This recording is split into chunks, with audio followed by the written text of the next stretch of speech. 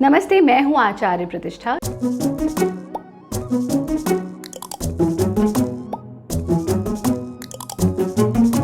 कैसे आप अपने बच्चों को स्वस्थ रख सकते हैं और खुद भी स्वस्थ रह सकते हैं। आप जानते हैं एक बहुत बड़ी थेरेपी है कि आप सारे गैजेट्स छोड़ करके फैमिली टाइम स्पेंड करें, बच्चों की आंखों में आंखें डाल करके उनसे थोड़ी देर बात करें। कितना समय हो गया आपने अपनी बच्चों की आंखों में आंखें डाल करके उनसे उनके दिल की बात नहीं सुनी है। या तो हम उन्हें हमेशा स्कोल्ड करते रहते हैं, डांटते रहते हैं, इंस्ट्रक्शंस देते रहते हैं, या फिर मोस्ट ऑफ द टाइम वो अपने गैजेट्स में व्यस्त रहते हैं और हम अपने में। पर आज हम बात कर रहे हैं कि कैसे इस नो फिजिकल एक्टिविटी टाइम में आप अपने बच्चों को फिजिकली एक्टिव रख सकते हैं। तो आज मैं बहुत सुगम से 3 योगाभ्यास आपको ऐसे बता रही हूँ जो आप अपने बच्चों के साथ कर सकते हैं, और आप खुद भी कीजिए और अपने बच्चों को भी कराइए।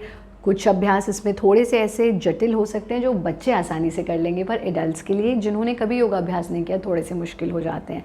तो ये अभ्यास आप बच्चों को ज़रूर कराइए, उससे उनकी फ्लेक्सिबिलिटी बनेगी। अगर मोटापा बढ़ रहा है घर पर बैठे बैठे तो वो दूर होगा, फिजिकल एक्टिविटी नहीं हो रही वो दूर होगी। ब्लड का सर्कुलेशन जो मोस्ट ऑफ द टाइम हर वक्त आपका बच्चा या तो ऐसे मोबाइल यूज़ कर रहा है, या ऐसे लैपटॉप यूज़ कर रहा है, या ऐसे कमर के बल लेट करके टीवी देख रहा है, कहीं ना कहीं उनके जो पॉस्चर है, पॉस्चरल डिफेक्ट हो रहा है। उस पॉस्चरल डिफेक्ट को ठीक करने में ये 3 क्रियाएं बहुत बहुत कारगर हैं। सबसे पहले हम करेंगे भुजंगासन का अभ्यास। मेरे साथ हैं देवी प्रतीक्षा जो आपको हमारे साथ साथ ही अभ्यास करके दिखाएंगे, ताकि आपको पता लगे कि बच्चों के लिए अभ्यास करना कितना सुगम है। भुजंगासन जिसको सर्पासन भी कहते हैं, उसके लिए हम इस तरह से अपने पेट के बल लेट जाते हैं और हाथों को अपने सीने के पास कंधों के नीचे रख देते हैं। सांस भरते हुए चेहरा उठाएंगे, सीना उठाएंगे, पूरा उठ जाएंगे जितना उठ सकते हैं। ये तो हम एडल्ट्स की तरह, बच्चे जब करेंगे तो पैरों को भी ऐसे उठा सकते हैं। ये इस स्थिति में आ जाना, जितना पीछे जा सकते हैं जाना, पैरों को अपने सर से छूने की कोशिश करना, सांस छोड़ते हुए वापस आ जाना, हाथों का ऐसे तकिया बना लेना, पैरों को खोल लेना, शरीर को पूरी तरह से ढीला छोड़ देना।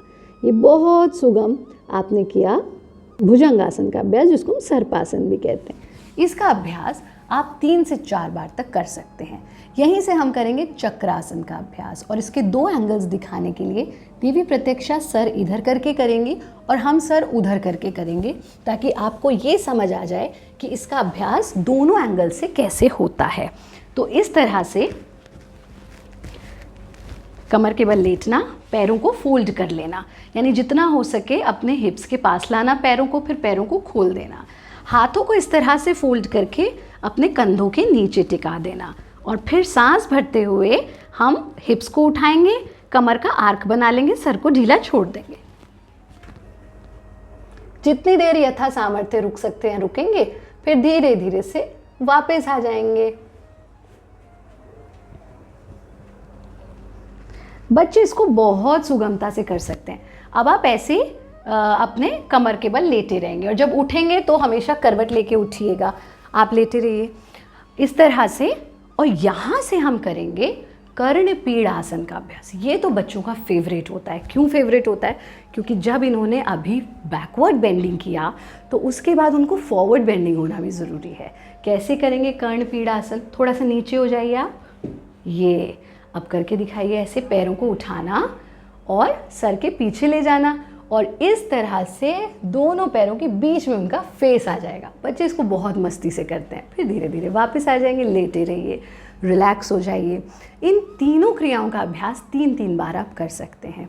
ध्यान रहे कि बच्चों को समय पर सुलाएं, समय पर जगाएं, और सुबह उठ करके सूर्य के दर्शन ज़रूर कराएं।